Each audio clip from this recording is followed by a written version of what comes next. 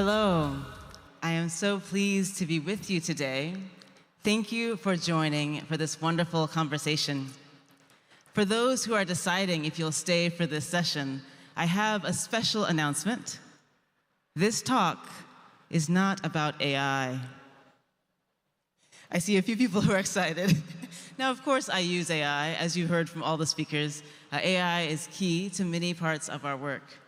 But I am an aerospace engineer, and my goal is to get you excited about the opportunities to include technology from space in your daily life.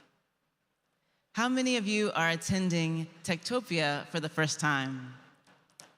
Wonderful, welcome, it's wonderful to see you. I want to give a big appreciation to the organizing team for inviting me and for the ongoing collaboration we have with the MIT Media Lab and KBTG. It's really an opportunity for making new vision. One more question. How many of you believe that technology from outer space, like satellites, is vital to the success of your industry? Please raise your hand if you think that space technology is vital to your industry. I see a few hands. My goal for this talk is to convince all of you, so you would jump up when I ask the question, that space technology is vital for sustainability on Earth. And of course, there's key work for us to do to ensure sustainability also in space. So let's get started.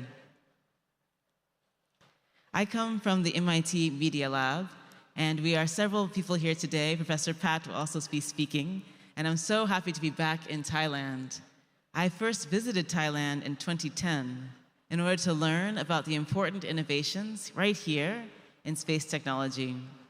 Now I lead a research team at the MIT Media Lab, and we ask the question, how can we advance justice in Earth's complex systems using designs enabled by space? Advancing justice in this case means asking how the world can be more sustainable, equitable, and environmentally friendly, even as we advance economic development for everyone. This requires innovation to address the tensions between technology, the environment, and economic demands. But with the innovation I see here with us, we'll do very well. So my team is called Space Enabled, because I want to demonstrate that technology from space is part of what we can use to improve life on Earth. If you'd like to hear more after this event, check out my TED Talk, which highlights 6 technologies from space that we're already using to address sustainability challenges on Earth. In particular, I highlight how space technology links to the Sustainable Development Goals. For those who are really curious, you can learn more by reading this freely available paper published through the journal Acta Astronautica. It's an example of an academic essay providing additional research and citations to really drive home the examples, showing how 6 technologies from space are already making a difference in places like Southeast Asia. But it's also showing the challenges that leaders like you need to overcome to make a difference in this technology being used on Earth. These are the technologies that I like to highlight. Satellite Earth observation. We can use satellites orbiting the Earth as a tool for understanding our changing natural and human-made environment. Satellite positioning and navigation is key to all of our lives. How many of you have used any shared app today for Grab or any kind of delivery this week? Satellite positioning is making a big difference in this technology. Satellite communication is also a rapidly changing field, and we're seeing new ways to deliver internet access and access to television broadcast, radio, and phone calls from space. Human spaceflight means asking how the human body, as well as plants and animals and materials, change when exposed to different effects of gravity. I also like to highlight how technology from space can be transferred to other fields, and there's great benefit in investing in fundamental space research. So I'll give you a few examples from each of these areas and also show how I'm using these technologies in projects around the world that are implementing space technology to make a difference right now. Earth observation, as I mentioned, is one of the most common examples. This is a set of satellites operated by NASA. I used to work as part of NASA's Earth Science Division. And NASA operates many satellites that are each unique, and they are used to take measurements of different aspects of the Earth. Some are measuring changes in the atmosphere. Some are measuring the vegetation health. They can measure wind speed and pollution and understand the changes in the ocean. Each of these are specialized sensors using different parts of the electromagnetic spectrum. Here's an example of the kind of learning we can gain from operating satellites like these. We can combine the measurements from satellite-based sensors as well as from planes and sensors that are operating in the ocean to make estimates of future and past storms. I'm coming from Orlando, Florida originally, a place where we have hurricanes, but here you would call them tropical cyclones. And we are always worried about the next storm that's arriving. It's currently cyclone season for the Atlantic Ocean. And just like in this region, we want to have the best possible estimates based on space technology to know when new storms are going to form and to know how intense the winds and the rains will be. Satellite communication and positioning is a major industry right now. So many of our businesses are relying in a daily way on space technology to provide information about locations, time, and to enable navigation. This allows packages to be delivered. It allows fleets of motorcycles around the city to successfully take people and items to where they need to go. There's also major disruption happening right now in the satellite communication industry. What you're seeing here is an example from the past. The company called Iridium was one of the original companies to successfully operate what we call a low Earth orbit satellite communication constellation. This means they operated about 66 satellites. They continue to do so now. And they demonstrated the ability to provide global coverage with satellites that are relatively close to the Earth. Many other communication satellites are located very far from Earth, but they have a view of the entire 1/3 of the Earth's side. Those are called geostationary satellites. These days, you'll hear about companies like SpaceX and others that are operating thousands of satellites in a location close to the Earth. And it's changing the way we think about satellite communication for internet access. But we're also seeing the question of how can we maintain these operations in a safe manner going forward. Technology transfer is an important example. I want to highlight one of my favorite inventions from the space industry. It is for filtering water from dirty water to clean water. On the International Space Station, if you've ever asked an astronaut how do they get access to clean water, one answer is that they need to recycle their dirty water, whether that's from urination or from dirty coffee that they may have made in the past. So they need to have excellent water filtration systems, good enough to turn wastewater into drinkable water. The microbial check valve is one example of a technology that's been used to ensure high-quality filtration on the space station. It's also been spun out from the space industry and used by organizations around the world to do filtering of clean water in rural areas in places like Malaysia, Iraq, and Mexico. I also mentioned fundamental space research. This includes astronomy, as well as understanding the behavior of our sun and studying other planets, including understanding where there's interesting materials located throughout the solar system. Here's an example from the country of Chile, in an interesting location, which is a desert that's particularly well suited for astronomy. Locations like these can be contributions to tourism, education, as well as capabilities in the country for analyzing large data sets. In Chile, the Ministry of Science has played a key role in harnessing their expertise in astronomy to be used both in the space industry, but also in industries across the country. The last example I'll give is from microgravity research. In the future, we're going to see more and more companies operating commercial space stations that are going to be the next generation of locations for manufacturing, as well as for doing experiments, trying to understand how the human body, as well as plants and animals, are different when they're in space. These will be small space stations orbiting the Earth, and you may be interested in sending experiments to perform microgravity research. This is going to become more common. Right now, hundreds of countries interact with the International Space Station, and there are many examples of experiments, including from my own team, trying to understand how the gravitational change impacts our technologies. There are examples such as biomedical research to develop parts that could be used in the future for replacing organs. In my work, we've also asked what kind of opportunities there will be for emerging countries, for universities from around the world, and for small companies to access research after the International Space Station is retired, which is coming in the next few years. It's an interesting time to watch as companies across the world are proposing their own space stations where they are going to operate commercial opportunities for companies from any region to send experiments. And you can start asking what your team can learn by doing research on a space station. I've spent the last 15 years learning about research and activities in space in Southeast Asia, starting around 2010. I noticed back then that many countries, over 15 for example, have implemented what I call the collaborative satellite develop project model, which means that they were interested in having a nationally operated satellite, and they trained engineers during the procurement.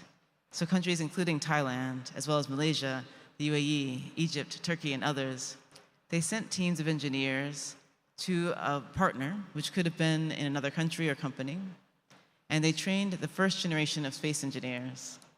I'm excited that when I come to Thailand, I always try to meet with JISTA, the Geospatial Information and Space Technology Development Agency.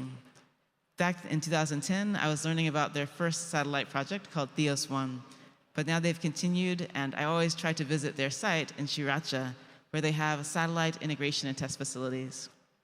I'm showing some pictures from other countries around the region. This is in Mauritius, in Chile.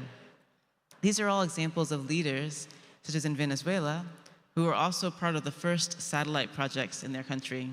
Here is Sudan. I want to emphasize that countries in every region across the world are investing in space technology. South Africa, for example, has a thriving industry of companies that export satellites. And it started in this university picture. I'm showing the location where the first satellite in South Africa was built, but now it's become a burgeoning industry for export. Nigeria is also a great example where they have a space agency that is also developing satellites for Earth observation and communication. Similarly, Ghana is participating in a major telescope project for basic research. And in the UAE, perhaps you followed their research and activities in space. They are sending missions to Mars and to the Moon, as well as in orbit around the Earth. In this region, I've learned in the past about leadership from Singapore. They have had many satellite projects at the universities and companies. And of course, here in Thailand, I mentioned JISTA. This is a very old picture, but highlighting, even back in 2010, how I was learning about the national space policies here. And they continue to advance. And I'm learning more even this week about their next technologies. Technology from space is important for every country in Southeast Asia because it is part of the technologies we use to understand how to protect humans and the environment. In my team, we use a tool which I call EVDT, so another acronym, but it stands for Environment, Vulnerability, Decision-Making, and Technology. It means we need these 4 ingredients to address some of the most important challenges for sustainability and climate of our current time. The E means we want to measure changes in the natural environment. In most cases, these are outside our control. V stands for vulnerability because we want to find out how humans and our physical environment, our buildings, our roads, are affected by environmental changes. D stands for decision making because we need to ask who is making a choice. It could be a business leader. It could also be a leader from a government, or it could be individual people who need to decide what to do during a disaster. T is for technology. Often we want to improve which technologies we're using to understand the environment. This allows us to move into the next cycle of improving our understanding of the environment and making better decisions. I use this framework in projects around the world. I've been very fortunate to be invited to help lead projects in many countries where leaders are trying to use space technology to make a difference in their environment. I'll give you a few examples. First, I want to offer you an invitation. Because you are here in person, you get some special information. Please feel free to pull out your phone, and you can scan this QR code. my team hosts a workshop. It's a virtual Zoom-based webinar. We do it about once per month. In fact, there's one tonight, in case you are really eager. You can look up the EVDT community meeting. We usually offer it at a time that should be morning for us and evening for you. We try to find a time when everyone is awake. We have special guest speakers who give examples of how they're applying space technology and other related tools, including AI, and they show examples of applications of space that directly make a difference in their own countries. We also have a freely available archive. For example, you see the meeting from October 2024. Videos are available. You can watch them anytime. If you join in person on Zoom, then you have a chance to ask questions and interact with our guest speakers. Some are from my team at MIT, and some are guests from around the world. Today, we have a special guest speaking series, including a team from Guatemala that was part of their country's first satellite projects. Let me show you how we're using EVDT as a framework to design systems to improve sustainability on Earth. As I mentioned earlier, I often turn to satellites operated by NASA, but also satellites from around the world, including both government-operated and commercial satellites. And I ask the question, how can we make it easier to use the complex different kinds of data that they produce in order to address important needs? The first thing to know is that each of these kinds of satellites produces large data sets, but really, most people need lots of time to learn the details of the data to use it successfully. But we don't have time for everyone to get a PhD in the different kinds of hydrology and air quality and terrestrial science that's important. So instead, we're asking, what can be shortcuts to bringing impact in the short term? I'll show you a case study in which we're talking about managing greenhouse gas emissions in collaboration with another major city, Rio de Janeiro in Brazil. Rio is a city that's very focused on climate action and sustainable development. We work closely at MIT with the Instituto Parado Passos, or the Parado Passos Institute. They are a knowledge management research team inside the city government of Rio de Janeiro. They work on estimating the greenhouse gas emissions for activities in the city, and they use careful methodologies published by the IPCC, which is one of the United Nations committees on climate change. So they do their best, but they didn't have any sensor data to help confirm how much methane or carbon dioxide they're emitting. There's actually an explosion of new technologies right now for measuring methane from space. I want to highlight this topic of point source imagers. Point sources are relatively newly available, and they allow us to be able to identify particular sources on Earth that are causing emissions, and I'm focusing here on methane emissions, because methane is a very potent greenhouse gas. In Rio de Janeiro, we focused on a landfill called Seropédica. It's the largest landfill in the city, and it is attached to a biogas reclamation facility where they are harnessing methane emissions and converting it into natural gas that can be reused for creating energy and electricity in the city. Now, the city of Rio estimates how much methane emissions they produce each year from this landfill. And the blue line shows the total amount of emissions. The orange line shows how much is captured by this biogas facility. And the gray line shows how much is emitted into the atmosphere. As you can see, they have been dedicated to increasing the percentage that's captured instead of emitted. With data from satellites, particularly from a company called GHGSat, we were able to make an observation about how the level of emissions changes from day to day. I received a grant from NASA to help evaluate the scientific benefits of this GHGSat data. And we watched with the satellite 4 different days to make a measurement directly over this landfill. This is newly available high-resolution imagery showing plumes of methane leaking from the landfill and from the biogas facility. One big surprise was that on most days, the emissions were consistent, about 4 tons per hour, and that's what we expected based on the work of the city government. However, on one day, we saw double that amount, 8 tons per hour. This was a big surprise to our whole research team. One of my graduate students, Frederick, who's shown in the picture, visited the landfill and has been interviewing leaders who operate the landfill and the biogas facility. And we're still doing additional research and pursuing more observations to understand why their methane emission changes on a daily basis. And we look forward to sharing results about this work in the future. These are the kinds of studies that we can do with newly available satellite data, and it can make a difference in the operations that affect our climate change preparation. Another example I'll highlight briefly is work using satellite data to understand drought in the country of Angola. I'll also highlight that space technology can be used to understand the impacts of floods, landslides, and cyclones, of course. In the country of Angola in southern Africa, they face a recurring cycle of drought and flooding that causes insecurity for local communities. They are communities that depend heavily on pastoral agriculture.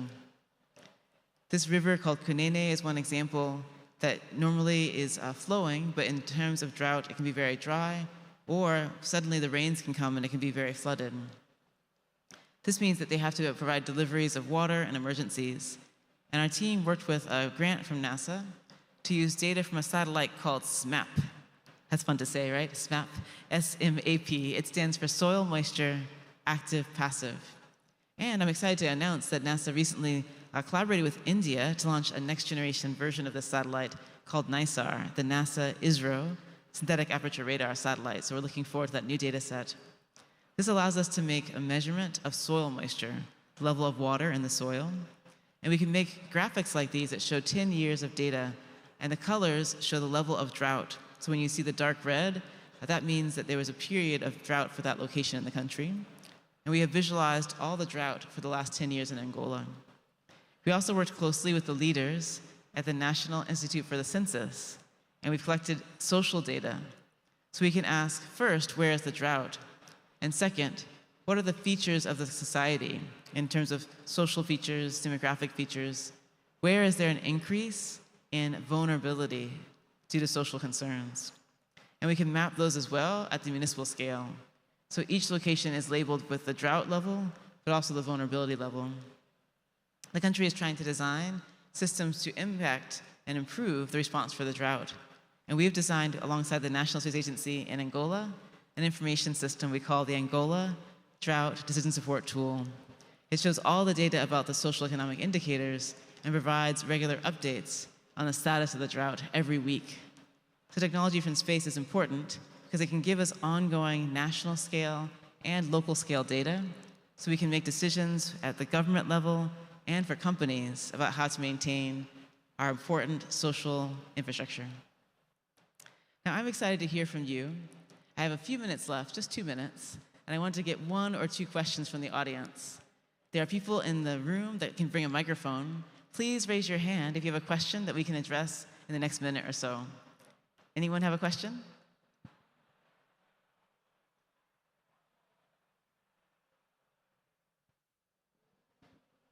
I think I see a hand here. We need help with the microphone. Thank you so much. Thank you very much, Professor Danielle. That was very inspirational. One of the challenges that new companies, deep tech companies, are doing in terms of sustainability and artificial intelligence is getting access to data like you just shown, in particular around commercialization. So for example, getting access to geospatial maps data, you have to go through the big tech companies, go through several strategic partnerships, go into, I would say, pretty much heavy capital investments, API integration. What is your perspective on being able to provide this data in a way that it's not so cost upfront from a capital perspective? Thank you so much. The question is asking, what are the options for access to these kinds of data sets that are less cost intensive? So thank you for the question. The research I've shown you today emphasizes 2 examples.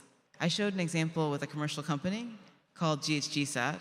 In this case, I sought a grant with my own government to access the data for research. And that's one channel, especially for the emerging technology, to collaborate between public and private entities, especially to bring novel data sets that have never been used before into a market. The other examples, I showed these orbiting pictures of satellites from NASA. And I want to emphasize that NASA, but also Europe and many governments, all of that data actually is freely available. However, it does take some lessons and practice to use it. So to me, the cost is not for the data, the cost is actually for the time to learn to use it.